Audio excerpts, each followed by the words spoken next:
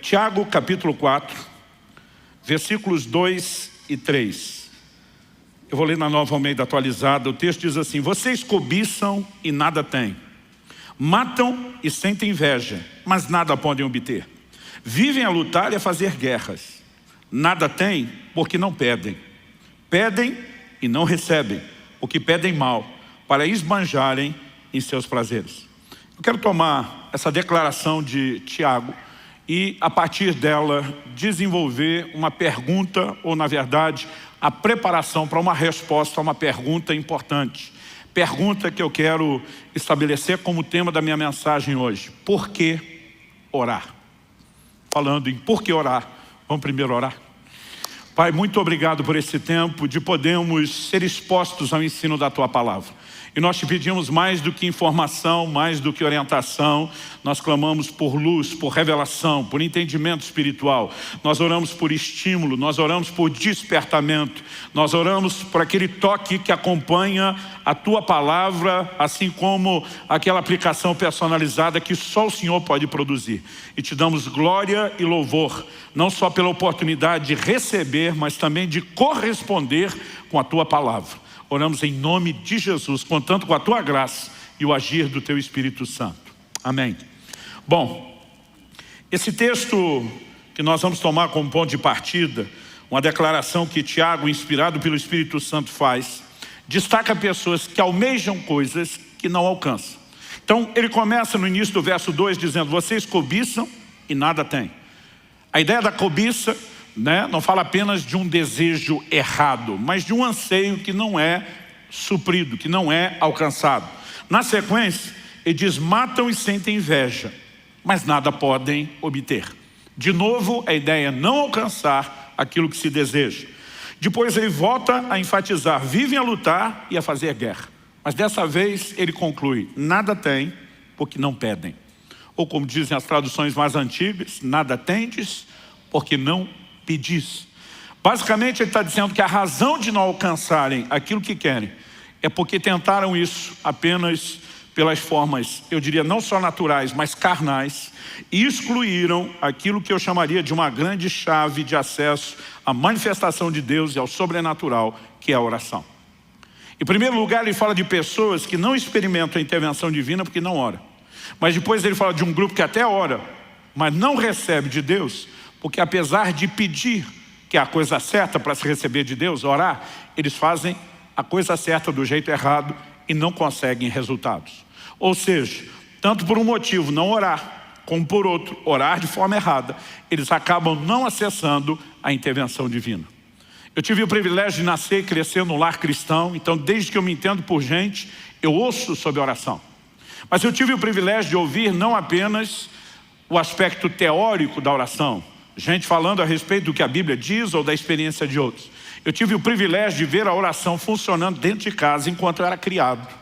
E nesse ambiente de oração, nós vimos manifestações do poder de Deus e do sobrenatural na nossa família, que sempre tiveram um impacto positivo na minha vida.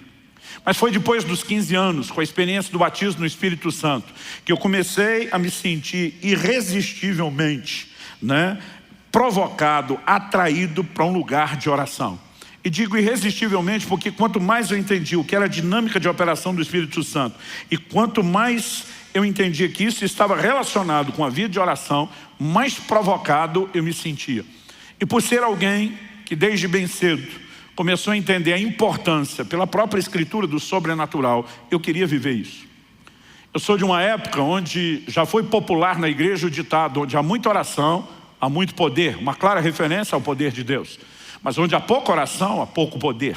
Nem todo mundo concluía a terceira parte do ditado, que era óbvio: e onde não há oração, não há manifestação do poder de Deus. Então, eu sempre soube que a oração é uma chave de acesso para o sobrenatural. E se eu e você queremos viver as intervenções de Deus, nós precisamos entender a importância de uma vida de oração. Me lembro que ainda garoto, procurei uma vez um homem de Deus, falei: ora comigo. Ele falou: oro. Mas pelo que você quer que eu ore? Falei para ele: eu gostaria de ter mais experiências com Deus. Ele falou: se você quer ter mais experiências com Deus, em vez de estar me pedindo para orar por você, você que deveria estar desenvolvendo uma vida de oração. Porque diz, é lá na sua vida de oração que você vai ter as experiências que você está querendo alcançar comigo orando por você.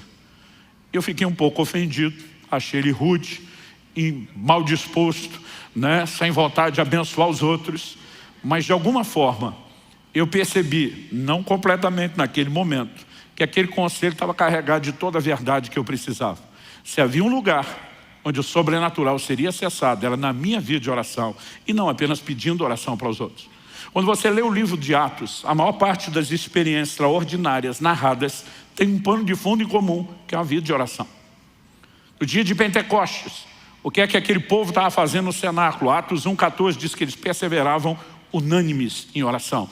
Então a experiência da visitação do Espírito Santo em Atos 2 foi gerada naquele ambiente de oração. Em Atos capítulo 3 nós temos um milagre de um paralítico sendo levantado na porta formosa do templo. A Bíblia diz que Pedro e João iam como de costume à hora da oração. Naquele desenvolvimento de uma vida de oração, eles começam a ver sinais e prodígios.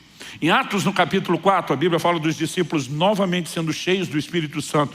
Mas não só eles, a Bíblia diz o lugar onde estavam reunidos tremeu. Você consegue imaginar uma reunião dessa? Onde o prédio, o ambiente que nós estamos todo é chacoalhado com o poder de Deus. E a Bíblia diz que todos foram cheios do Espírito Santo. E você vai seguindo a narrativa bíblica. Um anjo de Deus aparece para Cornélio, Atos 10. O que Cornélio estava fazendo? Orando. O apóstolo Pedro tem uma visão no telhado, em paralelo ao que está acontecendo com Cornélio. O que é que Pedro estava fazendo em cima do telhado, enquanto preparava a comida? A Bíblia diz que Pedro subiu, né, ao eirado para orar. Quando você olha a visão que Ananias tem, e o Senhor aparece a ele, tem um contexto, não só Ananias, mas Paulo especificamente, está 3 dias trancado, sem comer nem beber, orando, né? E o Senhor se manifesta a Ananias dizendo, vai lá, impõe suas mãos sobre Paulo, e nós vemos a experiência sendo provocada. O Senhor Jesus aparece para Paulo no templo. O que é que Paulo estava fazendo lá no templo? Piquenique? Não, estava orando. E você percebe que a oração é de fato uma porta para o sobrenatural, não apenas para experiências, mas também para vivermos, além das respostas às orações, um nível maior da manifestação do reino de Deus nessa terra. Mas a pergunta em cima da qual nós queremos trabalhar é por que orar? Por que a oração acaba se tornando essa porta de entrada para a manifestação do sobrenatural? E eu quero, antes de tentar trabalhar o conceito correto, eu quero trabalhar 2 questionamentos que eu particularmente me fiz muitas vezes e já vi muita gente, né, fazer o mesmo tipo de indagação e pergunta. Em primeiro lugar, eu quero trabalhar a ideia de que a oração não é meramente informativa. Ela não tem o propósito de comunicar a Deus uma necessidade. O Deus onisciente, que conhece tudo, o Deus presciente, que conhece as coisas antes de acontecerem, não precisa ser informado sobre um problema. Então, a oração não cumpre um papel de informar Deus sobre uma necessidade, uma vez que Ele já sabe de tudo. O segundo questionamento diz respeito à vontade de Deus. Muita gente me pergunta, mas Deus não faz o que quer, quando quer, como quer, do jeito que quer, uma vez que Ele é soberano? Eu digo para as pessoas, não confunda soberania com unilateralidade. Deus não age sozinho. Ele chama o tempo todo o homem para um lugar de interação. E Ele só faz isso porque Ele quis. Ele decidiu ser soberano do jeito dele. De vez em quando eu vejo gente dizendo que se Deus depende do homem para fazer alguma coisa, Ele não é soberano. Eu digo, se Ele precisar estar reduzido ao seu conceito de soberania, é que Ele não é soberano. Ele é soberano do jeito que Ele quer. Se Ele decidiu agir assim, se Ele decidiu revelar na sua palavra que as coisas funcionam assim, elas são assim, ponto final. Mas estritamente, quando você pensa, se Deus faz o que quer, como quer, do jeito que quer, então por que nós vamos orar? Ele já vai fazer o que faria, independente de eu orar. Ele não vai fazer nada porque eu orei. Então por que Ele me mandaria? Não apenas deixaria a porta aberta, mas me mandaria orar para que Ele faça o que Ele já ia fazer, independente da minha oração? Se nós não entendemos essas questões, provavelmente a nossa vida de oração não vai ser provocada ao nível de resposta que eu e você precisamos que ela seja. Então, há algumas verdades nas quais eu quero trabalhar, e eu vou mexer primeiro nesses 2 conceitos, para só depois responder por que orar. Então, uma das coisas que eu e você precisamos levar em consideração é que o reino de Deus, como um todo, suas verdades, seus princípios, não deveriam sofrer o que muitas vezes nós fazemos, que é uma leitura emocional. Um dia eu perguntei para alguém, por que é que você ora a Deus? Ela falou, eu oro a Deus porque Deus pode fazer qualquer coisa. Eu falei, mas o fato dele poder não significa que ele vai fazer. Uma pessoa rica pode dar muito dinheiro para uma pessoa pobre, em necessidade. Mas o fato de que ele pode não significa que ele vá fazer, a menos que ele queira. Eu falei, então apenas acreditar que Deus pode não leva a mim e a você, provavelmente, a nenhum lugar prático, a menos que a gente entenda que Ele queira. Então a oração, ela precisa nos levar além do entendimento de que Deus pode agir. Nós precisamos compreender que o Deus que nos mandou orar tem prazer em responder orações e decidiu usar essa forma para que Ele pudesse se mover e realizar coisas extraordinárias na terra. Quando eu e você entendemos por que orar, nós vamos entender que Deus nos chamou a esse lugar de oração, porque nossas orações são parte fundamental do processo para que o sobrenatural se manifeste na terra. E aí nós começamos a entender que o Deus que nos chamou a orar não apenas pode, mas Ele quer responder, e isso já faz toda a diferença. Mas vamos, em parte, vamos construir isso, com uma coisa de cada vez. Eu disse antes que muitas vezes a nossa leitura é emocional. Outro dia eu falei para alguém, por que você está orando por algo? Ela falou, não, porque Deus sabe que eu preciso. Eu falei, mas se Ele já sabe, por que você está falando para Ele? Eu vi que a pessoa ficou quieta, ela falou, não pensei nisso antes. Ela falou, mas Ele me ama. Eu falei, mas Ele te ama antes de você orar. E se Ele não fez nada antes de você orar, por que você acha que Ele vai fazer depois? Mas eu estava tentando ajudar essa pessoa a pensar um pouquinho mais e sair fora só daquela esfera emocional. E eu tive que parar a conversa, porque em vez de ajudar a fé dela a crescer, eu vi que eu estava levando essa pessoa para o lugar de incredulidade. Eu falei, não estou falando dessas coisas como se eu não acreditasse. Eu acredito, eu tenho vivenciado isso. Só quero te ajudar a entender a mecânica, a dinâmica que está por trás da vida de oração. Então, algumas coisas que eu e você precisamos entender é que o reino de Deus, em tudo, na sua expressão, é baseado, é constituído de leis que o próprio Deus estabeleceu. Tratam-se de leis espirituais. Essas leis regem, assim como Deus criou leis físicas que regem a natureza. A lei da gravidade é uma delas. E mantém todas as coisas no seu devido funcionamento. O reino espiritual tem leis que o Criador estabeleceu. E nós precisamos entendê-las para que a gente possa se mover de forma adequada dentro do reino de Deus, não com mero conceito emocional, mas com consciência, com revelação bíblica. Então, a primeira questão é que nós precisamos jogar fora dessa equação a ideia de que oração é informativa. Eu lembro quando adolescente, vi um pastor pregando sobre oração e ele falou, você precisa argumentar com Deus a ponto de convencê-lo que você precisa de algo. Pensei, se eu tiver que convencer Deus, eu estou lascado. Falei, é uma disputa injusta. Ele já sabe o argumento que eu vou usar antes, você está preparado para tudo? Eu falei, quem que ganha uma discussão dessa? Quem que argumenta nesse nível? E eu percebi que embora a tentativa daquela pessoa fosse boa, a intenção fosse boa, muitas vezes algumas declarações que transformamos de uma forma absoluta, elas não são bem assim. Eu e você precisamos entender que o propósito da oração não é informar Deus. Jesus diz em Mateus capítulo 6, quando no Sermão do Monte está ensinando sobre oração, ele diz, versículos 7 e 8, e orando, não usem vãs repetições como os gentios, porque eles pensam que por muito falar serão ouvidos. Não sejam, portanto, como eles, porque o Pai de vocês sabe o que vocês precisam antes mesmo de pedirem. Ou seja, antes de você pedir, Deus já sabe o que você precisa. Então, na hora que você pedir, e Jesus não está dizendo para não pedir. Quando você olha o texto, ele está justamente dizendo, quando vocês orarem, orando, ou seja, é para orar, mas ele está dizendo, o propósito da oração não é informar Deus.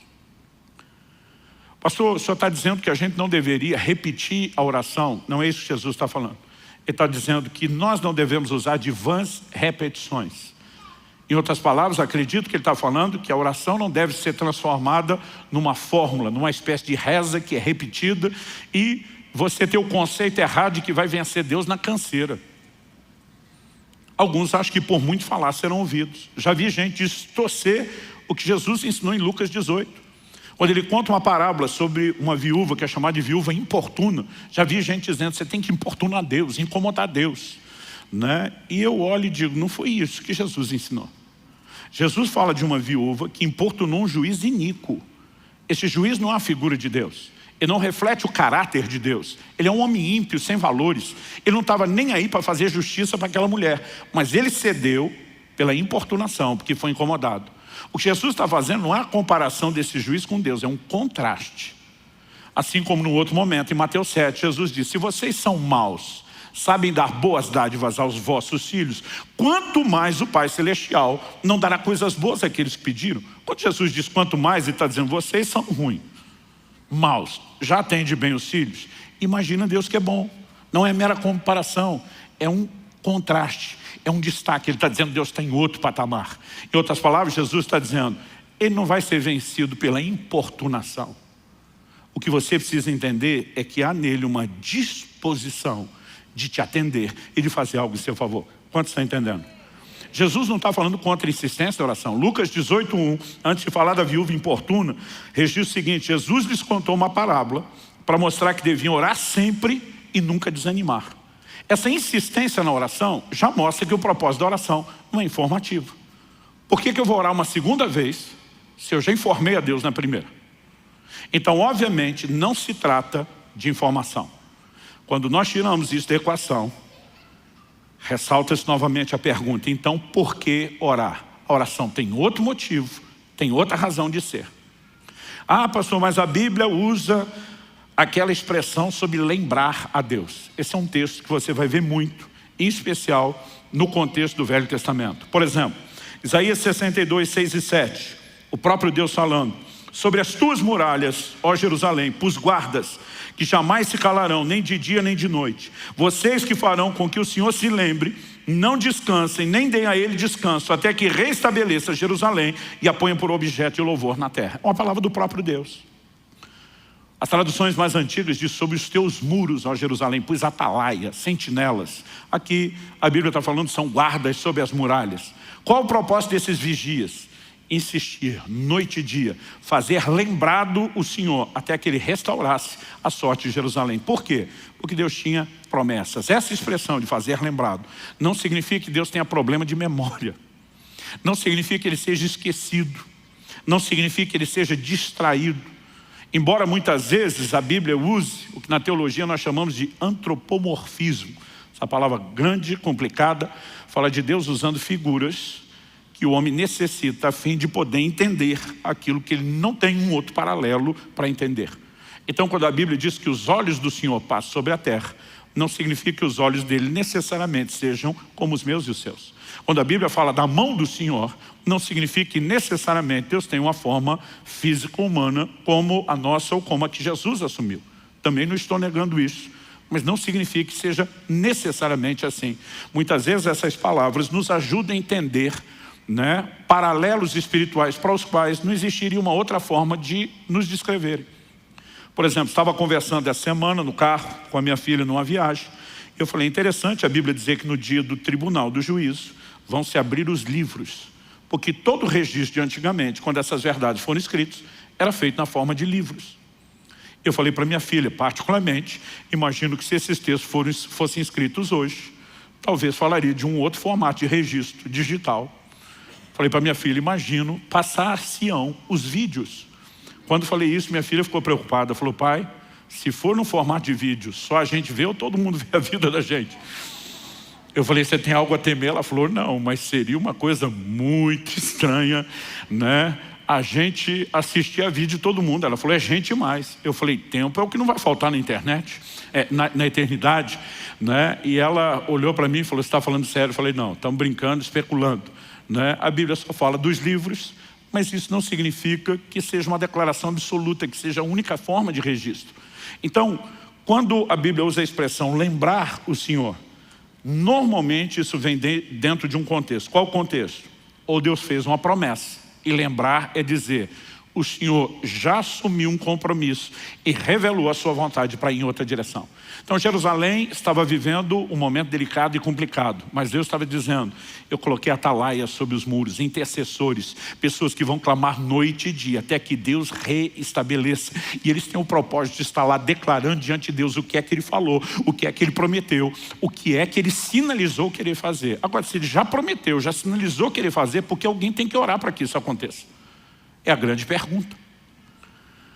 Mas já que eu toquei no assunto de lembrar, vamos falar de alguns textos bíblicos que mostram essa ideia de que não se trata de esquecimento divino, mas de um exemplo onde a oração apresentada visa reivindicar algo onde Deus já se comprometeu a fazer.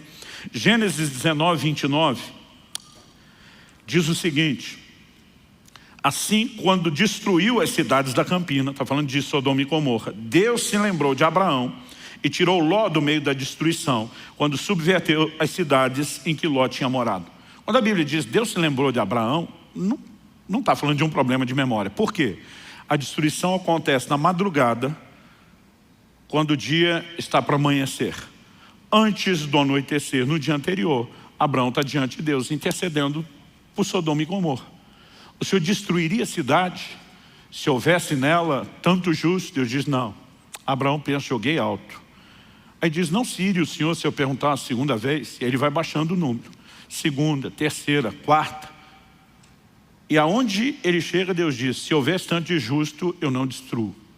Mas você percebe claramente que é um posicionamento de intercessão da parte de Abraão. No dia seguinte, mesmo não tendo aquela quantidade de justos, Deus pega a quantidade menor.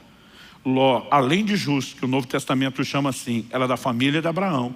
E a Bíblia diz, Deus fez aquilo por Ló, porque lembrou de Abraão. Essa expressão lembrou, não é que da noite para o dia ele sofreu o esquecimento. A Bíblia apenas está vinculando a ação do dia seguinte ao posicionamento de oração do dia anterior. Quem está entendendo, diga amém. Êxodo capítulo 2, versos 24 e 25, quando fala da nação de Israel vivendo como escravos no Egito, a Bíblia diz, ouvindo Deus o seu gemido, lembrou-se da sua aliança com Abraão, com Isaac e com Jacó.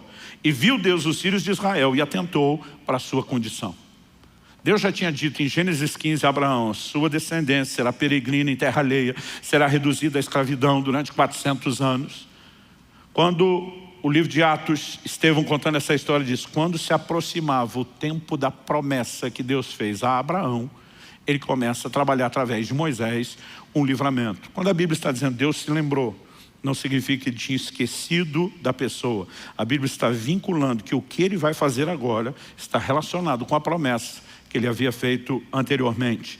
Nós vemos o mesmo exemplo numa intercessão de Moisés em Êxodo 32, quando ele está no monte. O povo faz um bezerro de ouro, enquanto ele está recebendo de Deus os 10 mandamentos, toda a revelação. Deus sinaliza que vai destruí-los. Depois nós vamos olhar com calma esse texto. Moisés, na sua oração, ele diz para Deus, lembra-te de Abraão, de Isaac e de Israel, teus servos, aos quais por ti mesmo tens jurado. Em outras palavras, foi o Senhor que fez uma promessa para eles. O Senhor está preso àquilo que falou e prometeu. Lembra daquilo que o Senhor falou. Nesse momento de oração, ele não está tratando de Deus esquecido, mas a expressão lembra, tudo que eu vou orar agora está vinculado ao que o Senhor já falou e prometeu. Em Neemias, no capítulo 1, dos versículos 8 a 11, quando a nação de Israel viveu o seu apogeu, o ápice da apostasia, foi levada para o cativeiro de Babilônia. E agora findam os 70 anos dos quais Jeremias havia profetizado que duraria o cativeiro. Um processo de restauração está acontecendo. Esdras lidera a restauração do templo. Mas Neemias diria na sequência para a restauração não só dos muros, mas da cidade de Jerusalém. E a Bíblia diz que no momento de oração, ele se dirige a Deus antes de, na condição de copeiro do rei que ele era, antes dele poder interceder em favor de uma volta para poder ajudar o povo. A Bíblia diz a oração dele, Neemias 1, de 8 a 11, está registrada assim, lembra-te da palavra que ordenaste a Moisés, teu servo, dizendo, se transgredides, eu vos espalharei por entre os povos. E é isso que tinha acontecido com eles. Mas a palavra não era só essa.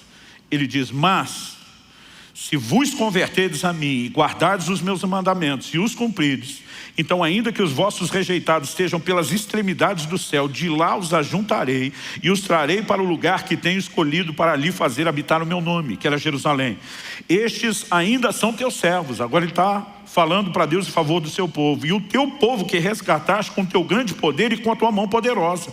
Ah, Senhor, estejam, pois, atentos os teus ouvidos à oração do teu servo, e a dos teus servos se agradam de temer o teu nome. Concede que seja bem sucedido hoje o teu servo e dá-lhe mercê perante esse homem. A Bíblia diz que ele termina dizendo, nesse tempo eu era copeiro do rei.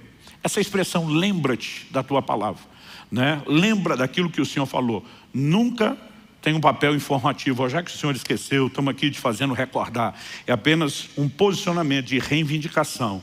É a sua promessa, é a sua aliança, é o seu compromisso. E daqui a pouco nós vamos entender a importância de orar alinhado à vontade de Deus.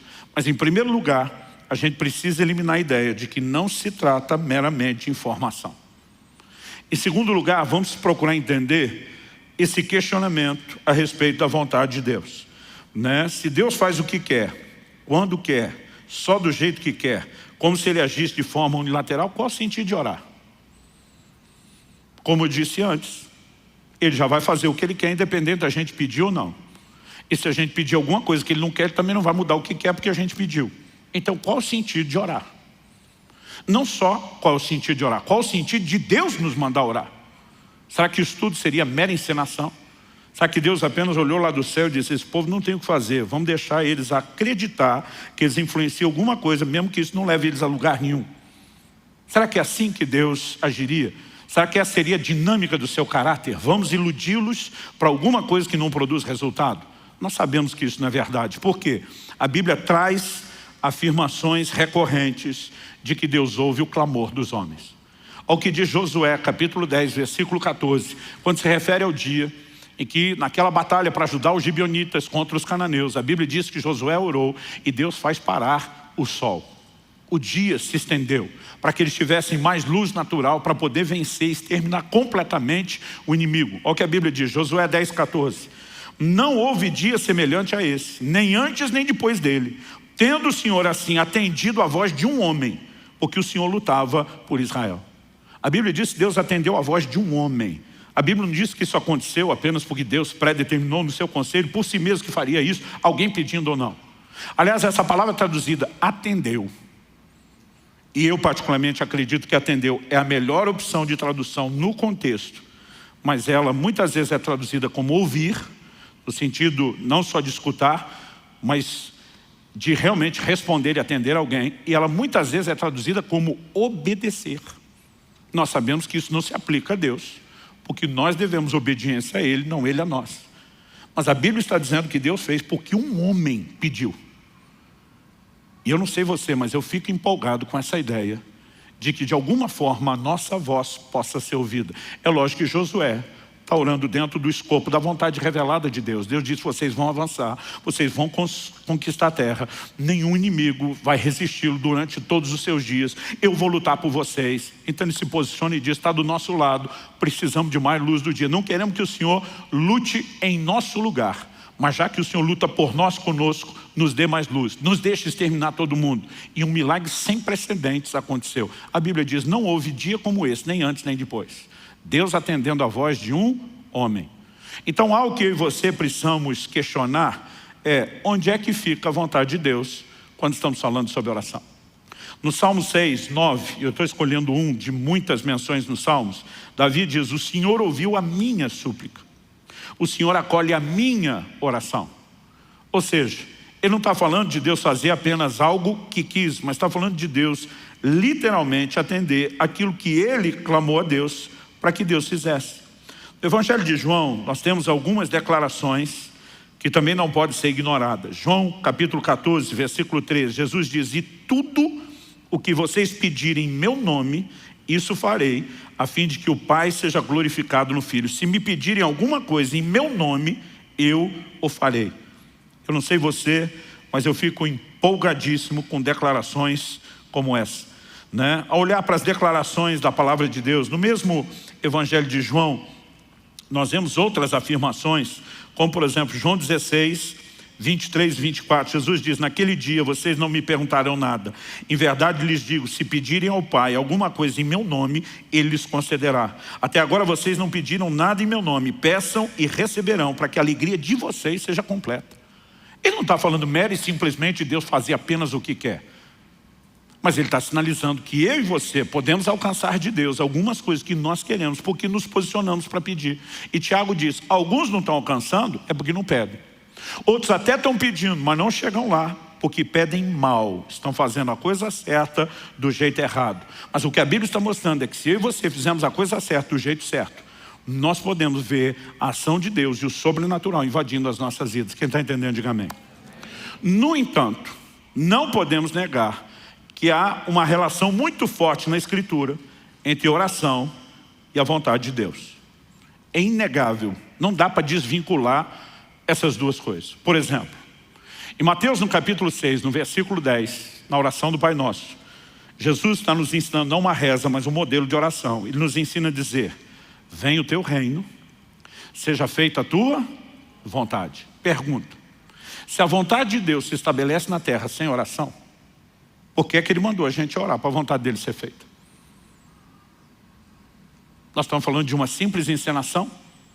Ou existe alguma relação entre orar e a vontade de Deus poder ser executada, poder se manifestar? Eu particularmente acredito na segunda opção e não na primeira. Uma outra coisa que nós não podemos deixar fora da equação é que orar alinhado com a vontade de Deus é garantia de resposta. 1 de João, capítulo 5, versículos 14 e 15 diz o seguinte: essa é a confiança que temos para com Ele, que se pedimos alguma coisa segundo a sua vontade, Ele nos ouve. E se sabemos que Ele nos ouve quanto ao que lhe pedimos, estamos certos de que obtemos os pedidos que lhe temos feito. Então ele diz: se oramos segundo a sua vontade, somos ouvidos. Se somos ouvidos, certeza que vamos alcançar o que é que nós estamos pedindo. Então a oração que é feita segundo a vontade de Deus é um tiro certeiro. Pastor, como podemos saber a vontade de Deus ao orarmos? Em primeiro lugar, o que Deus já revelou na Escritura, o que Deus já revelou na palavra. Em segundo lugar, eu e você podemos lidar com questões que são de ordem personalizada. Não são detalhes que estão nas Escrituras. Quando Kelly estava grávida do Israel, nosso primeiro filho, estava se aproximando a hora do parto. Me lembro de um dia que eu estava no meu momento devocional, de oração com Deus. O Espírito Santo falou comigo: ore e jejue, porque você vai enfrentar uma grande batalha na hora do parto do seu filho. A partir daquele momento, durante 6 dias, eu não comi absolutamente nada. Eu fiquei em oração e intercessão contínua, até que no 6º dia me veio o que eu chamo de um testemunho de vitória.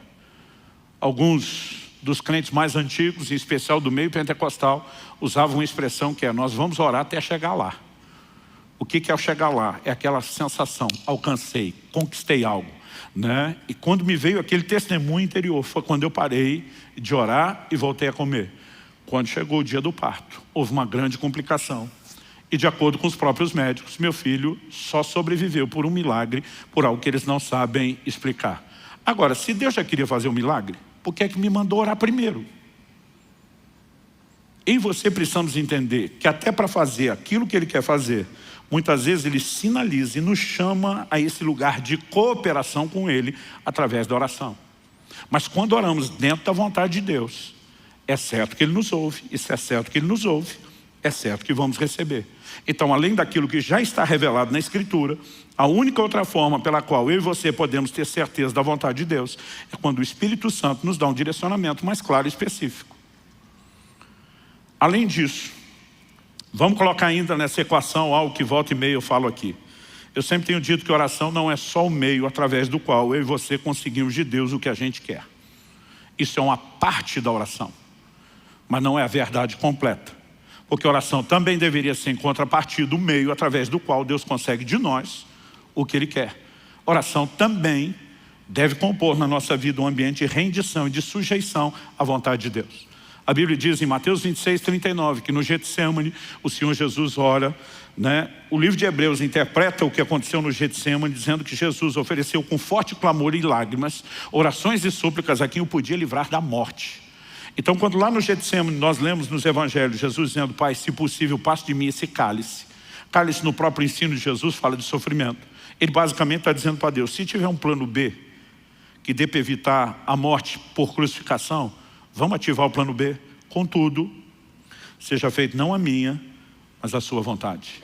A oração sempre tem que nos levar ao lugar da vontade de Deus. E se a nossa vontade estiver em colisão com a dele, nós precisamos nos submeter à vontade dele. Ou seja, até agora, o tempo todo, nós estamos vendo uma forte relação entre oração e a vontade de Deus. Essa é uma das razões pelas quais as expressões de fazer lembrar do Senhor não tem papel informativo, mas são um posicionamento de dizer: o Senhor já revelou sua vontade na palavra E nós apenas estamos colocando isso diante do Senhor para que fique claro que não estamos orando fora da sua vontade. Entender que há uma relação forte entre a oração e a vontade de Deus é importante. Mas não apenas entender que Deus não vai atender uma oração fora da sua vontade. Isso também é verdade e tem que ser trazido para dentro dessa ideia. Nós temos orações na Bíblia que foram ignoradas. Um exemplo disso, o que você vê em 2 Samuel, capítulo 12. Depois que Davi comete o pecado de adultério com Batseba, de homicídio de Urias, Natã, o profeta, é enviado a ele.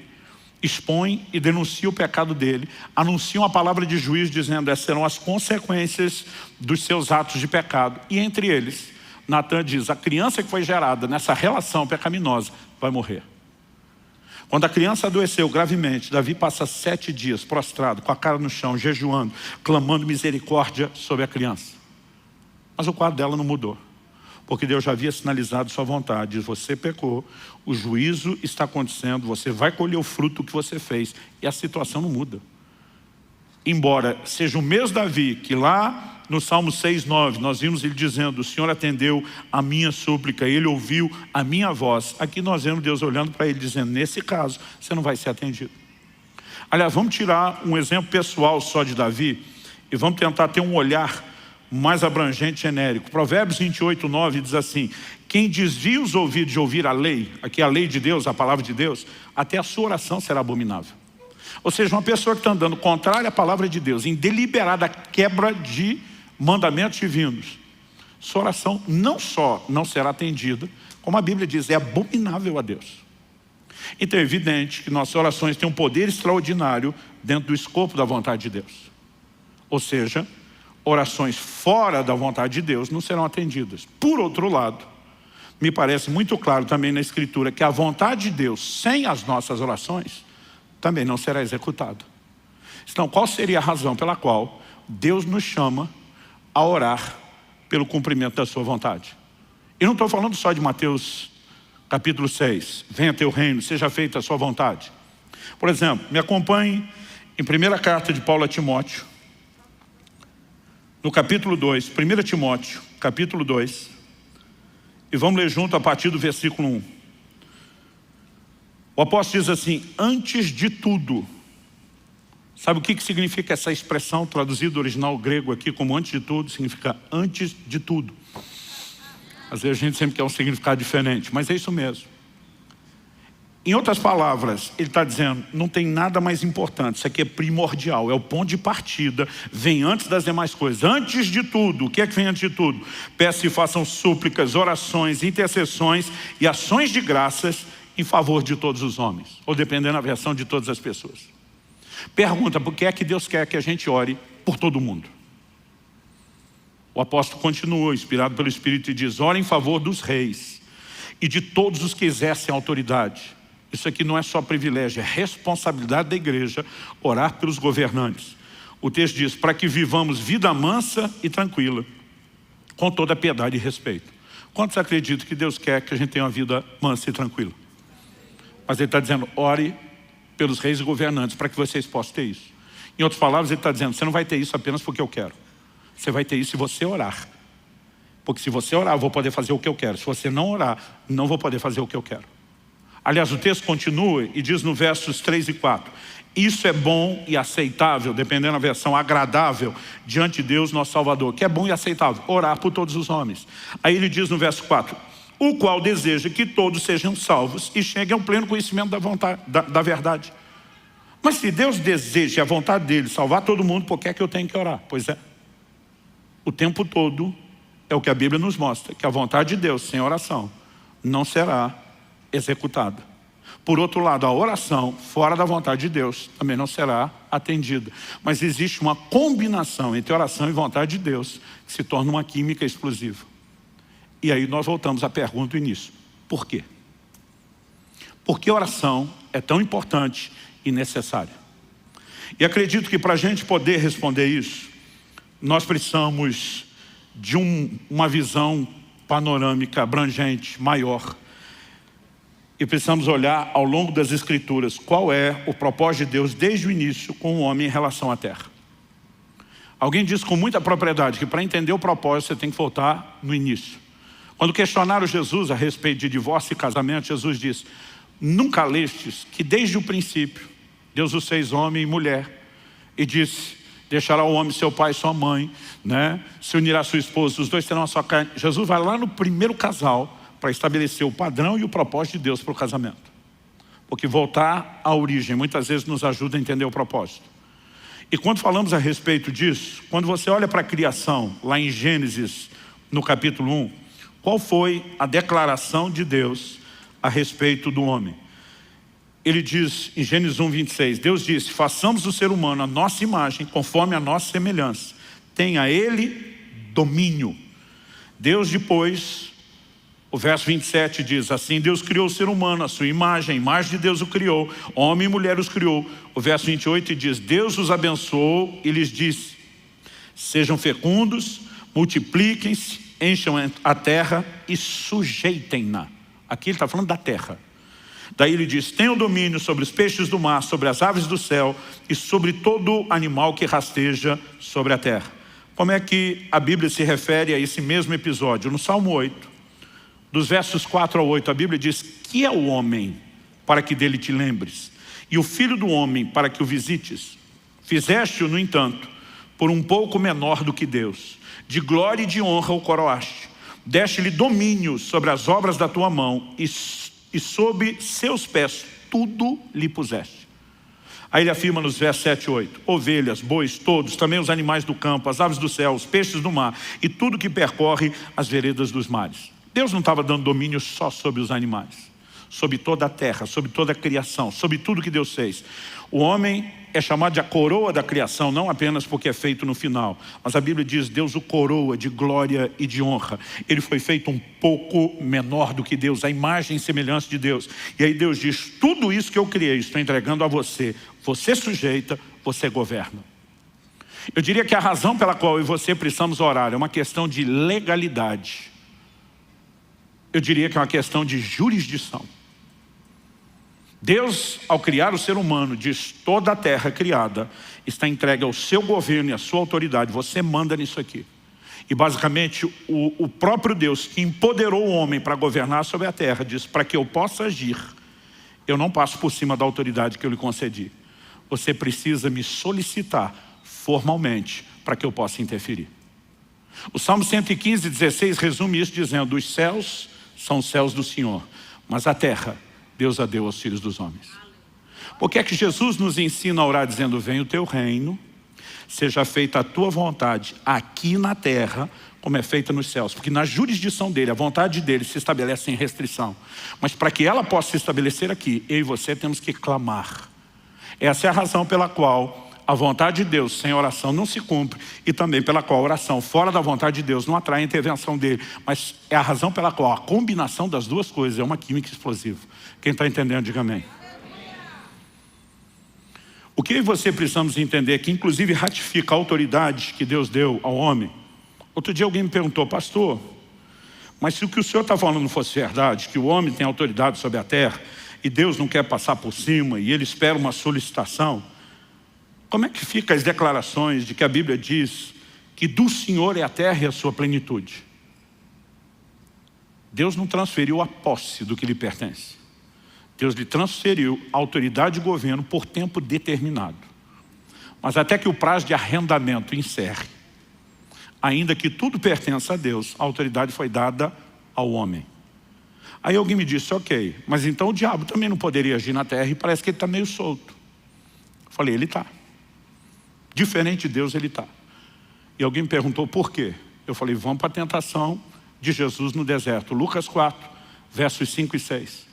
A Bíblia diz que Jesus, quando está sendo tentado pelo diabo, num dos momentos, o diabo lhe mostrou todos os reinos, as glórias do mundo, e diz para Jesus: tudo isso te darei, se prostrado me adorares. O diabo diz assim para Jesus: porque me foi entregue, e eu dou a quem eu quiser. Jesus não olha para o diabo e diz: mentiroso, nada disso é teu. Até porque se fosse mentira, não seria uma tentação. Jesus nem questiona o que o diabo está dizendo, se ele tem o poder de entregar ou não. Ele apenas diz: está escrito, ao Senhor teu Deus adorarás, e só Ele servirás. E Jesus sabia muito bem que ele veio para tomar tudo aquilo de volta como Redentor, sem precisar se curvar diante do diabo, sabendo que quem vai se curvar diante dele é o próprio Satanás. Mas tirando o mérito do que faria, nós precisamos entender. Agora, se o diabo está dizendo, me foi entregue, eu dou a quem quiser, a pergunta é quem entregou? Foi Deus? Não. Deus entregou tudo isso na mão do homem. Quem que pôs na mão de Satanás? O homem. 2 de Pedro 2,19 diz que quem é vencido em algo se torna escravo daquele que o vence. Quando o homem peca, tudo aquilo que Deus lhe confiou, toda a sua autoridade, automaticamente é transferida. Ainda que Jesus tenha vindo para resgatar, e a obra da redenção não se limita aos homens, envolve toda a terra e toda a criação, porque tudo foi afetado com o pecado. Ainda que Jesus tenha vindo para restaurar a autoridade do homem, nós voltamos a uma posição semelhante ao que era antes da queda. O homem tem autoridade e ele precisa reivindicar uma intervenção dos céus para que os céus possam entrar no lugar da jurisdição ou da legalidade humana. Ou seja, nós não estamos de forma alguma limitando o poder de Deus. Deus, por razões que pertencem a Ele, escolheu que as coisas funcionariam assim, revelou na sua palavra que esse é o formato. Então volto naquele questionamento do início. Alguns de vez em quando me perguntam, e a soberania de Deus, onde fica? Eu falei, fica com Ele. Ele continua sendo soberano. Ele que decidiu agir assim, não foi a gente que convenceu Ele. Nós não iludimos Ele para participar do processo e conseguimos fazer Ele acreditar como se Ele não fosse soberano. Ele, o Criador, Senhor de todas as coisas, decidiu e revelou isso na sua palavra. Ponto final. A pergunta é, o que é que eu e você vamos fazer com a autoridade que nos foi dada, com a autoridade que nos foi entregue? A Bíblia está dizendo, alguns não têm porque não pedem. Os céus não vão se mover em favor de quem não pede. Pastor, então qualquer um que pedir vai receber? Também não. Porque Tiago diz que alguns pedem, não recebem porque pedem mal. Qual a definição de pedir mal? Em primeiro lugar, ele fala de alguns que querem apenas esbanjar nos seus próprios deleites. Ou seja, eles não estão sintonizados com a vontade de Deus. E não é porque para Deus agir na terra, ele precisa da solicitação do homem, que o homem aqui na terra manda Deus fazer o que ele quer e não o que Deus quer. Então nós precisamos entender esse outro lado. Segundo, uma das definições de uma oração bem-sucedida está lá em Tiago capítulo 1. Ele começa falando de sabedoria e termina falando de toda e qualquer outra coisa. Ele diz, tem algum de vós falta de sabedoria? Tiago 1,5. Peça a Deus que a todos dá liberalmente. Eu amo essa frase. Deus dá de forma generosa, liberal. Mas ele diz, peça porém com fé, não duvidando. Ele diz, porque o que duvida é semelhante à onda do mar que é levada e agitada pelo vento. Ele diz, não pense tal homem, o que duvida, que receberá do Senhor coisa alguma. Então aqui nós temos um outro elemento. Se qualquer petição funcionasse, todo mundo estava sendo atendido em toda e qualquer coisa. Mas porque a oração ela precisa não só estar alinhada à vontade de Deus, mas ser feita com fé, é que muita gente no processo acaba tendo orações sem resultado, sem nenhuma efetividade. Porque a necessidade de fé, Deus determinou, o justo viverá da sua fé. Tudo que eu e você vamos receber de Deus estão nos depósitos da graça. Como que a graça é acessada? Romanos 5,2 diz, pela fé nós temos acesso à graça. Então eu e você precisamos entender a importância da fé. E aqui de novo, para que a gente entenda como fazer bem o que deve ser feito, nós voltamos na importância da palavra de Deus. Porque orar a própria palavra. Porque a fé vem por ouvir a palavra. A palavra de Deus não sinaliza só a vontade de Deus e o que Ele quer fazer, mas a revelação da sua vontade nos inspira fé, nos inspira confiança e a convicção de que Ele fará aquilo que Ele já disse que faria. Então nós nos posicionamos em cima da palavra. Agora o que você precisamos atender e entender é que mesmo as promessas de Deus, elas não têm garantia de cumprimento automático. Algumas promessas bíblicas são de fato incondicionais. Por exemplo, a vinda de Jesus. Quer você acredite, quer não, ela vai acontecer. Quer você esteja pronto, quer não, ela vai acontecer. Mas muitas promessas são claramente condicionais. Hebreus capítulo 6, versículo 12, diz que eu e você temos que nos tornar imitadores daqueles que pela fé e perseverança herdam as promessas. Ou seja, sem fé ninguém vai herdar a promessa. Em 1 Timóteo 1,18, Nós vemos Paulo declarando a Timóteo: de acordo com as profecias que foram ditas a teu respeito, combate firmado nelas o bom combate. Ou seja, se o que Deus falou vai se cumprir automaticamente, por que é que eu tenho que lutar por isso? Mas aí eu e você precisamos entender que uma das razões é que o nosso posicionamento de fé vai nos levar a experimentar a intervenção divina. Quem está entendendo, diga amém. Com isso em mente, eu queria que a gente fosse lá para Êxodo capítulo 32. Êxodo capítulo 32, eu quero ler do versículo 7 ao 14. Eu só citei esse texto antes e agora nós vamos ler junto. Quando Moisés sobe o Sinai, passa 40 dias diante do Senhor, sem comer nem beber, envolvido na nuvem da glória de Deus, recebendo de Deus os mandamentos. No final desse período, a Bíblia diz: então o Senhor disse a Moisés: vá, desça, porque o seu povo, o povo que você tirou do Egito, se corrompeu e depressa se desviou do caminho que eu lhe havia ordenado. Fez para si um bezerro de metal fundido, o adorou e lhe ofereceu sacrifício, dizendo: são estes, ó Israel, os seus deuses, que tiraram você da terra do Egito. O Senhor disse ainda a Moisés: tenho visto esse povo, e eis que é povo teimoso. Agora, pois, deixe-me, para que se acenda contra eles o meu furor, e eu os consuma, e de você farei uma grande nação. Em primeiro lugar, vamos entender, antes de continuar a ler aqui do 11 ao 14, algumas verdades. Uma coisa que precisa ser separada na Bíblia, quando falamos do plano e do propósito de Deus, é o individual do coletivo. São duas coisas bem distintas. Por exemplo, quando a Bíblia fala sobre a linhagem de Abraão, a nação de Israel, dentro do plano e do propósito de Deus, a Bíblia diz que os dons e a vocação de Deus são irrevogáveis. O que Ele prometeu para a nação, para a linhagem de Abraão, vai se cumprir. Ao longo do processo, nós vemos gerações dessa linhagem que falhou e que Deus simplesmente rejeitou. Não significa que Ele descartou o propósito coletivo, mas quando indivíduos falham, eles são trocados. A razão pela qual Saul foi substituído por Davi é porque, como indivíduo, Saul falhou e o plano coletivo de Deus para a nação não poderia falhar. Essa talvez seja a mensagem principal de Esther 4,14. Quando Mardoqueu, seu tio, manda a ela um recado. Foi solicitado a ela que intercedesse pela sua nação, pela sua linhagem, diante do rei. E ela disse: se eu entrar sem ser chamada, eu posso ser punida com a morte. Mardoqueu manda o seguinte recado para ela: se de todo te calares agora, de outra parte se levantará socorro e livramento a Israel. Ele diz: mas quem sabe, se não foi para um tempo como esse que chegasse a ser rainha. Em outras palavras, ele está dizendo: filha, você acha mesmo que ganhou esse concurso de beleza e está no lugar que está, sem nenhum plano ou propósito de Deus? Será que não foi justamente para uma hora como essa, de necessidade do reino, que Deus te plantou e estabeleceu aí? Mas ele está dizendo: vou dizer, se mesmo assim você recuar e der uma de frouxa agora, Deus vai resolver o problema coletivo através de outra pessoa, mas você será substituída dentro do propósito individual como canal de livramento.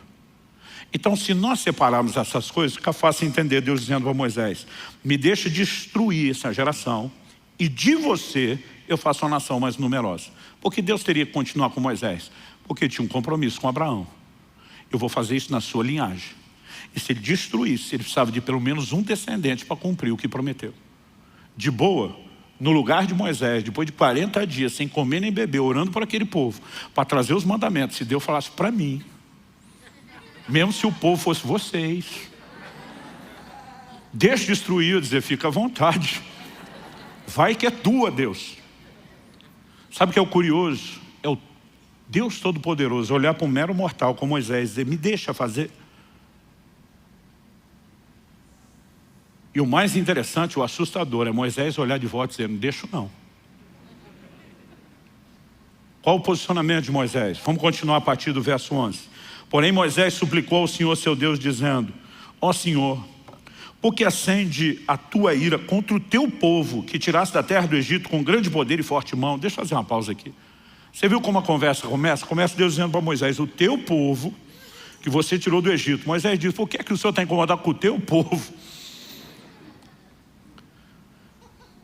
Na fase mais ou menos ali de pré-adolescência, eu lembro, eu frequentava muito o pronto-socorro do hospital relativamente perto de casa. Só na fase de pré-adolescência foram 14 vezes. Ou engessava, ou costurava, sempre estava resolvendo alguma coisa. Eu lembro quando meu filho nasceu, a primeira oração que eu fiz, depois de dedicá-lo a Deus: Senhor, que ele não seja como eu fui, que deu um pouco de paz aos pais, que pela primeira vez eu entendi o lado dos meus pais. E eu lembro que eu tinha caído de uma árvore, eu tive uma luxação tão séria na mão esquerda, que não quebrou nada, mas o encaixe todo da mão saiu, e a mão veio parar na parte de cima aqui do punho, onde fica o relógio. Os músculos soltaram, não mexia. Foi uma luxação tão séria que para botar no lugar tiveram que me dar anestesia geral. E engessaram todo o braço, né, para que houvesse uma recuperação com tempo para aquela musculatura. Eu de braço engessado, no dia seguinte já estava na rua brincando. E tinha um terreno baldio do lado de casa. E para encurtar a história só, em algum momento no meio do mato, eu não tinha noção daquilo, me joguei para o meio do mato e tinha um garrafão de vinho quebrado que alguém jogou. E eu caí em cima daquilo. E aquilo pegou meu joelho direito um tempão, achava que era o esquerdo. Um dia dele fui olhar a cicatriz, falei, errei o lado, né? Ou ela mudou de lado algum dia desse enquanto eu dormia. Eu estou mais propenso a pensar que foi a primeira. Mas, gente, eu rasguei o joelho assim de aparecer os ligamentos. Foi um negócio assim feio. Eu lembro que eu voltei para casa de braço gestado, arrastando a perna, aquilo sangrando. Gente, eu não vou esquecer esse dia. Primeiro, meu pai olhou para mim e disse assim, não abra a boca. Ele pegou um vidro de mertiolate. Então eu lembro que mertiolate antigamente não era mertiolate de hoje. Ou a gente que era mole ou mertiolate que era pior. Ele virou o vidro inteiro. E ele disse, não abra a sua boca. E eu só mordendo os lábios. Aí começa a discussão entre meu pai e minha mãe. Meu pai disse, hoje quem leva esse menino no pronto-socorro é você, que o filho é seu. Ela disse, não, o filho é seu. Aquele dia eu não era filho de ninguém. Meu pai dizia, eu não aguento mais chegar lá e os médicos chamaram ele pelo nome. Eu, Luciano, você de novo. Eu não tenho cara para isso. Os dois discutindo. Eu dizia, ei, alguém vai ter que me levar, não posso ficar. Eu tenho essa sensação quando eu leio aqui, Deus dizendo para Moisés, é o teu povo. Moisés dizendo, o povo é teu. Eu fui lá porque o Senhor mandou, não tinha nada a ver com isso. Ele diz, ó Senhor, por que se acende a tua ira contra o teu povo que tiraste da terra do Egito com grande poder e forte mão? Por que deixar que os egípcios digam, ele os tirou de lá com más intenções, para matá-los nos montes e para eliminá-los da face da terra? Deixa de lado o furor da tua ira e muda de ideia quanto a este mal contra o teu povo. Lembra-te, olha a frase do início, lembra-te de Abraão, de Isaque e de Israel, seus servos, aos quais por ti mesmo juraste. Esse por ti mesmo foi ideia tua, nós não te pedimos nada, foi o Senhor que decidiu. Aos quais por ti mesmo juraste, dizendo, multiplicarei a descendência de vocês como as estrelas do céu, e toda essa terra de que tenho falado, eu darei a sua descendência, para que a possuam por herança eternamente. O verso 14 diz, então, o Senhor mudou de ideia quanto ao mal que ele tinha dito que traria sobre o povo. Eu acho impressionante, não só essa declaração, como Jeremias capítulo 15, versículo 1. Quando a nação de Israel chega no clímax, no ápice da apostasia, e Deus anuncia o exílio de Babilônia como julgamento. Sabe o que Deus diz? Jeremias 15, 1. Então o Senhor me disse, mesmo que Moisés e Samuel se pusessem diante de mim, meu coração não se inclinaria para esse povo. Mande-os embora, que saiam da minha presença. Que Deus está dizendo diferente lá do início, onde esses dois pararam minha ira. Agora nem esses dois param. O que é que Deus está dizendo? Que Moisés e Samuel eram privilegiados, que a oração deles era melhores do que a nossa. Não.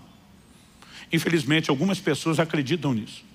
De vez em quando alguém me pede oração e diz, pastor, o senhor pode falar com o homem lá de cima, já que o senhor é mais chegado com ele? Eu olho para a turma e falo, tu está de brincadeira. Nós voltamos agora no erro histórico da igreja romana de criar outros mediadores além de Cristo. Nenhum de nós é ouvido nos céus por mérito. Eu e você usamos o nome de Jesus porque é por causa dele que nós temos acesso. É pelo sangue de Jesus que eu e você podemos entrar no Santo dos Santos. É por isso que nós usamos o nome dele, o que ele fez por nós, ponto final. Mas Deus está dizendo ainda que Moisés e Samuel, o que Deus está dizendo, não é que esses homens eram melhores do que outros. É que eles entenderam e usaram o que Deus disponibilizou para todos, de uma forma como a maioria não entendeu e não usou. Então, Deus está dizendo, o assunto agora é tão sério que nesses dois que me pararam outras vezes, conseguiram parar o juízo que foi determinado sobre essa geração. O que Deus está dizendo, esses dois entenderam, exerceram uma prática a respeito da oração. E se você não lembra muito da história de Samuel, quando Saul ungido rei, que o regime teocrático termina e agora a monarquia começa, ele se posiciona diante do povo e diz, eu não cometeria o pecado, de deixar de orar por vocês. Pensa no intercessor que deu curso àquela nação. Deus está dizendo, nesses camaradas experimentados na oração mudaria isso. Ele não está dizendo que a oração de uns é melhor do que a de outros, mas que alguns entenderam e praticaram isso de uma forma diferenciada.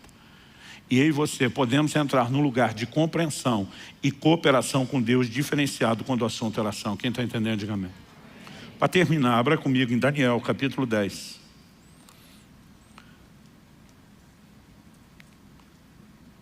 Daniel, capítulo 10. Nos versículos 2 e 3, Daniel fala que durante 3 semanas ele pranteou, ficou de luto, chorou. No verso 3 ele diz, não comi nada que fosse saboroso, não provei carne nem vinho, não me ungi com óleo algum, até que passaram as 3 semanas. Esse foi o tempo de jejum e de oração. No final delas, um anjo de Deus apareceu para Daniel. No verso 12, Daniel explica e diz, então ele, aqui ele é uma referência ao anjo.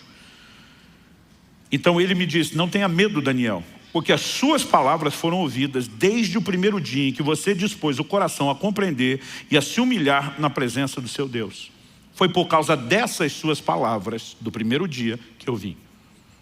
Eu não sei o que passou na cabeça de Daniel, porque a Bíblia não diz, mas eu teria talvez perguntado, se me ouviu desde o primeiro dia, porque só chegou depois de 3 semanas. A verdade é que o anjo antecipou a resposta. Ele diz no verso 13, mas o príncipe da Pérsia, ou do reino da Pérsia, me resistiu durante 21 dias. Ele está dizendo, levou 3 semanas para eu chegar, apesar de eu ter saído no primeiro dia. Porque houve resistência, eu fui resistido. Por quem? Pelo príncipe da Pérsia. Ele não está falando de um príncipe humano. Nenhum homem poderia parar um anjo. O poder e a força de um anjo, revelado na Bíblia, é incomparável. Nenhum homem poderia pará-lo. Mas Efésios capítulo 6, verso 12, diz que diferente de Israel do Velho Testamento, nós, o Israel de Deus hoje, a Bíblia diz, nossa luta não é contra a carne e o sangue. Nós não batalhamos fisicamente. A Bíblia diz, nossa luta é contra principados, potestades, dominadores, dependendo da versão, as hostes espirituais da maldade. Há toda uma hierarquia no plano espiritual. E nós vemos que os demônios também têm questões territoriais e que existem príncipes, por isso são chamados de principados sobre nações. Quem era a Pérsia? A Pérsia, junto com a Média, havia acabado de assumir o lugar de Babilônia e estava exercendo o controle do mundo dos seus dias. Não era só uma potência mundial, era um governo mundial. O príncipe da Pérsia era o demônio de maior autoridade que exercia governo do reino das trevas sobre o mundo dos seus dias. O que está acontecendo enquanto Daniel está orando não é um problema da vida de Daniel. É uma movimentação sobre o reino de Deus de proporções globais. E ele diz, eu enfrentei resistência de uma das maiores potestades, de um dos maiores principados do reino das trevas. Tanto que ele diz no verso 13, porém Miguel, um dos príncipes mais importantes, outras traduções diz, um dos primeiros príncipes, a NVI diz um dos príncipes supremos, veio me ajudar e eu fiquei ali com os reis da Pérsia, mesmo com a ajuda de Miguel. Quem é Miguel? Patente alta, um dos primeiros príncipes. Apocalipse 12 fala que quando Satanás com seus anjos forem expulsos definitivamente, a Bíblia fala de Miguel liderando os exércitos de Deus nessa guerra. Patente alta. O anjo está dizendo para Daniel, a briga está tão feia que eu precisei da ajuda de Miguel, um dos primeiros príncipes. Ele ficou do meu lado, o pau quebrou essas 3 semanas. Aí está dizendo, eu furei o bloqueio, vim te dar notícia, mas a briga não terminou. Olha comigo os versos 20 e 21. Ele diz assim, ele disse, você sabe por que eu vim? Agora voltarei a lutar contra o príncipe da Pérsia. Ele diz, tem uma briga na volta, no caminho de volta. Ele diz, e quando eu sair, eis que virá o príncipe da Grécia. O que ele estava dizendo? Assim como os persas, junto com a Média, assumiram o lugar de Babilônia, ainda que esse principado contra o qual nós vamos lutar caia, se levantará um novo principado com a Grécia, que é quem assumiu o governo mundial no lugar da Pérsia. Ele termina dizendo no verso 21, mas eu direi a você o que está expresso no livro da verdade, e na minha luta contra eles não há ninguém que esteja ao meu lado, a não ser Miguel, o príncipe de vocês. Assim como existem principados malignos, nós temos príncipes dos anjos. A Bíblia destaca Miguel como príncipe do povo, da nação de Israel. Há uma guerra acontecendo no plano espiritual. A pergunta é, se Daniel parasse de orar no segundo dia dizendo, acho que esse negócio não está funcionando, qual teria sido o custo dessa guerra e dessa batalha? Se eu e você como igreja assumimos uma atitude permanente de negligência na oração, qual será o destino da igreja dos nossos dias? Qual será o curso do estabelecimento ou não do reino de Deus na terra? Uma pergunta que frequentemente não nos fazemos. Porque muitas vezes nós achamos que orar é um privilégio, quando se trata de alcançar benefícios pessoais. Mas nós não entendemos que se trata de uma responsabilidade, quando falamos a respeito de estabelecer o reino de Deus. É lógico que nós vamos ter intervenções de Deus, são de ordem pessoal. Jesus falou, tudo quanto pedidos em meu nome. Se não estamos quebrando princípios, nem colidindo com a vontade de Deus, Ele não estabeleceu limites. E muitas vezes nós podemos ver coisas que para outros pode até não parecer importante. Eliseu fazer flutuar um machado, a maioria de nós teria dito, compra outro. Gente, eu já vi Deus fazer desaparecer verruga, joaninha do pé dos outros, no momento da oração. Muitas vezes a gente fica tentando definir o que é, o que não é importante. Deus nem definiu esses limites. Eu gosto sempre de lembrar, no início do meu ministério, quando estava mais quebrado que arroz de terceira, não estava nem no estado de poder chamar a mulher de meu bem, que é um perigo para quem está quebrado, que às vezes o banco confisca, porque era solteiro, nem meu bem tinha. Mas eu lembro de um fim de ano, eu estava pregando numa cidade, estava acompanhado de um outro pastor, e eu vi uma propaganda de um certo panetone. Gente, quando eu vi aquilo, falei para Deus, eu queria tanto esse panetone do mais caro, não tem dinheiro para comer nem o barato. Falei, mas o Senhor diz tudo quanto pedirem. Lá na Bíblia não está escrito menos panetone, área, questões gastronômicas. Eu falei, eu aplico fé. O Senhor pode fazer um milagre. Eu vou chamar isso do milagre do panetone. Botar com tanta vontade que eu falei, Deus, o negócio é o seguinte, eu estou com outro pastor e vai querer filar meu panetone. Manda 2, manda um para ele. Não é que eu não quero dividir, eu quero dividir 2, para ficar um para cada um. E eu orei por isso, tão fervorosamente quanto Elias orou por chuva. Não sei se me dobrei 7 vezes, mas botei toda a fé do meu coração. Eu lembro que nós saímos do hotel à tarde para alguma atividade e voltamos antes do culto da noite. Quando voltamos, era uma época que chave era física, não era eletrônica, você tinha que pegar na recepção do hotel. Ou seja, estou falando de uma cidade, não é um lugar onde eu moro, eu sou conhecido, estou visitando. Onde eu chego, o cara que entrega a chave falou, peraí, tem uma encomenda para você. Eu falei, encomenda para mim? Tipo, quem me conhece nessa cidade? Ele falou, cara, a mulher passou aqui e contou uma história louca. Ela disse que ela estava no supermercado e uma voz falou com ela. Que era para ela comprar 2 panetones e entregar para os hóspedes do quarto tal. E ela nem deixou nome e contato, porque ela disse que era uma coisa muito doida.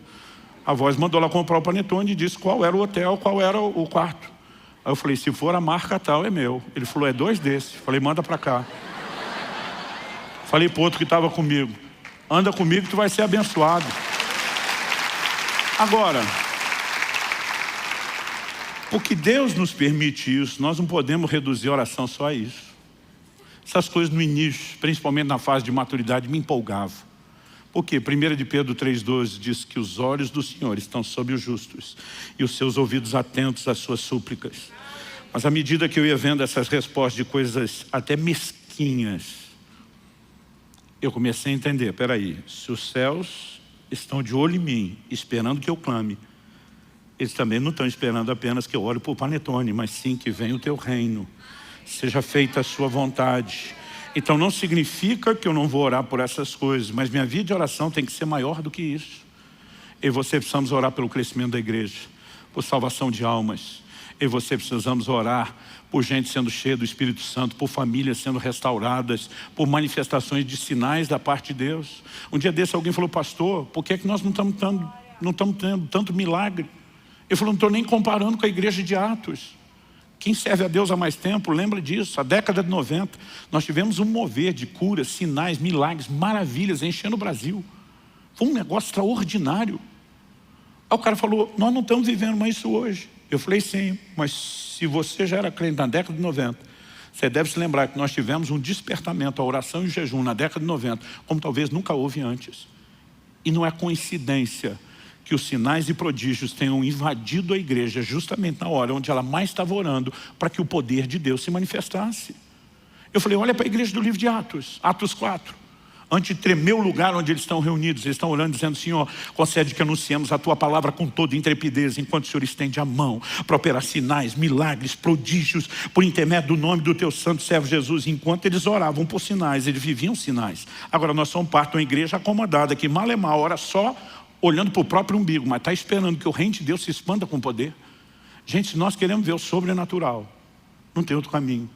Nós vamos ter que resgatar a arte perdida da oração, do jejum, voltar a andar em fé, ter um posicionamento diante de Deus, porque à medida que fazemos isso, não estamos vivendo só um privilégio, nós estamos cumprindo com uma responsabilidade. Quem está entendendo, diga amém. No último jejum que fiz, em algum momento do início do jejum, eu sempre digo que você descobre que o centro de gravidade da terra puxa para baixo, mas do reino de Deus puxa para cima. As coisas materiais perdem importância. Mas eu lembro que eu comecei a orar e dizer assim, ó, eu quero ver uma resposta de provisão financeira porque é do seu interesse. O Senhor sinalizou que a gente, como orvalho, vai para um lugar maior. O Senhor nos deu uma estratégia, está funcionando. Encorajar as pessoas a aderirem à aquisição de cotas. Eu falei, no ritmo que está indo, vai levar de 1 ano e meio a 2 para a gente esgotar essas cotas. Eu falei, eu gostaria de ver um sinal teu. Eu estou orando por algo que o Senhor revelou ser o seu plano e é do seu interesse. Eu gostaria de ver, até o final do jejum, uma intervenção do Senhor nessa área, que me encha de coragem e convicção de que essa é a sua direção e que o Senhor está tão comprometido com isso quanto eu ou mais. No dia 3 de fevereiro, enquanto o pastor Tomás pregava, entre o 3º e o 4º culto, eu estava nessa salinha entregando o meu jejum. Foi uma refeiçãozinha de nada, mas naquele ato simbólico, agradeci a Deus e entreguei. Uma das primeiras coisas que aconteceu quando eu saí porta fora, uma pessoa me para e diz, Deus me mandou fazer algo. Ele me mandou ajudar você naquele projeto. Só coloquei para Deus condições, tem que ser dessa forma, tem que ser dessa maneira. Eu falei, eu vou dificultar ainda um pouco. Porque não tem jeito de ser coincidência. E essa pessoa me parou. Ela não só cumpriu todos aqueles requisitos, mas era evidente o timing de Deus. No momento que eu tinha acabado de encerrar o jejum, ele falou, Deus mandou te ajudar. Essa pessoa sozinha assumiu 20% do nosso desafio. Eu nunca tinha visto uma coisa dessa acontecer. Aí alguém diz, coincidência. Eu falo, é interessante como acontece coincidência na vida de quem ora e jejua. De vez em quando eu falo para um ateu, curta a sua incredulidade, que eu curto minha fé, né? Você vai chamar de coincidência, mas essas coincidências só acontecem com a gente, com vocês não tem. É um privilégio viver o sobrenatural, mas quando você começa, além do que Deus pode fazer por você no âmbito pessoal, abraçar a responsabilidade de trazer o reino de Deus para a terra, entender que Deus nos deu o privilégio de cooperar com Ele, você vai entender por que orar. Não é mera formalidade ou burocracia dos céus. Quando Deus estabelece esse padrão de legalidade, de que Ele precisa de intervenção, de um clamor nosso para poder intervir, mas significa um privilégio, onde Ele está dizendo, eu quero que vocês sejam meus cooperadores e que a gente trabalhe juntos. E ser chamado para esse nível de parceria com alguém como Deus, tem que ser entendido como um baita de um privilégio. Isso torna suave a definição da responsabilidade, porque é muito pesada a definição do privilégio. Vamos ficar em pé para parecer que está acabando.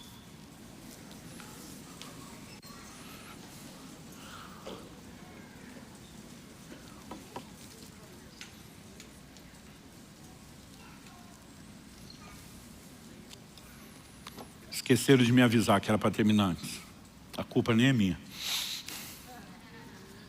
Sabe que nós podemos ter alguns minutinhos de oração? Onde a gente possa, diante de Deus, dizer, Senhor, que essas verdades sejam entendidas, que elas sejam absorvidas, que elas entrem, que elas produzam resultado na nossa vida.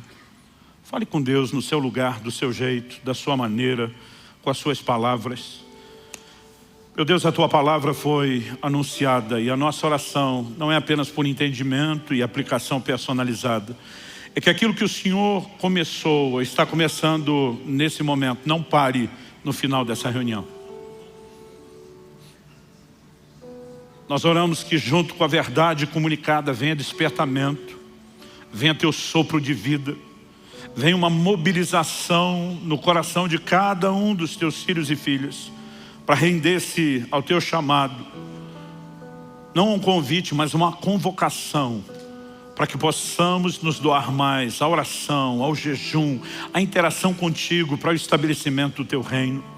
Nós queremos ver mais do sobrenatural. Nós clamamos que o poder celestial se manifeste, que a Tua glória possa de fato ser derramada, invadir a terra, que a terra se encha da Tua glória como as águas cobrem o mar. e que nós possamos, ó Deus, cooperar contigo dia a dia nesse processo. Desperta-nos não apenas para um entendimento melhor, mais profundo, mas para esse despertamento, para esse lugar de correspondência contigo. Permita-nos vivenciar experiências novas e maiores, crescer de uma forma prática, no entendimento, na escola da oração, debaixo da liderança do Teu Espírito, que é chamado nas Escrituras de o Espírito de súplicas. Pai, nós clamamos por um agir poderoso do Teu Espírito nas nossas vidas como indivíduos, na nossa vida como igreja, como corpo. Que o Espírito Santo venha turbinar a nossa vida de oração com uma nova perspectiva, com um novo entendimento, um novo despertamento. Nós clamamos em nome de Jesus. Em nome de Jesus. Que o Teu Espírito nos leve a essa escola de oração, a esse ambiente onde aprendemos por meio da compreensão da Tua palavra, mas também de forma prática, vivenciando intervenções e manifestações dos céus, que nos provoquem a nos dedicar cada vez mais, de forma progressiva, a uma vida de oração. Nós suplicamos em nome de Jesus. Nós clamamos pela restauração, pela restituição do sobrenatural na vida da igreja, nas nossas vidas, como indivíduos, nas nossas casas. Queremos viver mais das Tuas intervenções. E oramos que isso não apenas supra necessidades pessoais, que o Senhor nos use como uma espécie de vitrine, que o Seu nome seja glorificado e exaltado, que a fé de outros seja provocada e inspirada. Nós clamamos em nome de Jesus. O Senhor, se referindo à Sua igreja, diz que ela seria chamada casa de oração. Nós queremos cumprir esse papel. Suplicamos graça e favor do Senhor, bem como o Teu toque, em nome de Jesus. Em nome de Jesus. Se você crê e concorda, diga amém. Se você recebe essa palavra, diga eu recebo, em nome de Jesus. Glória a Jesus.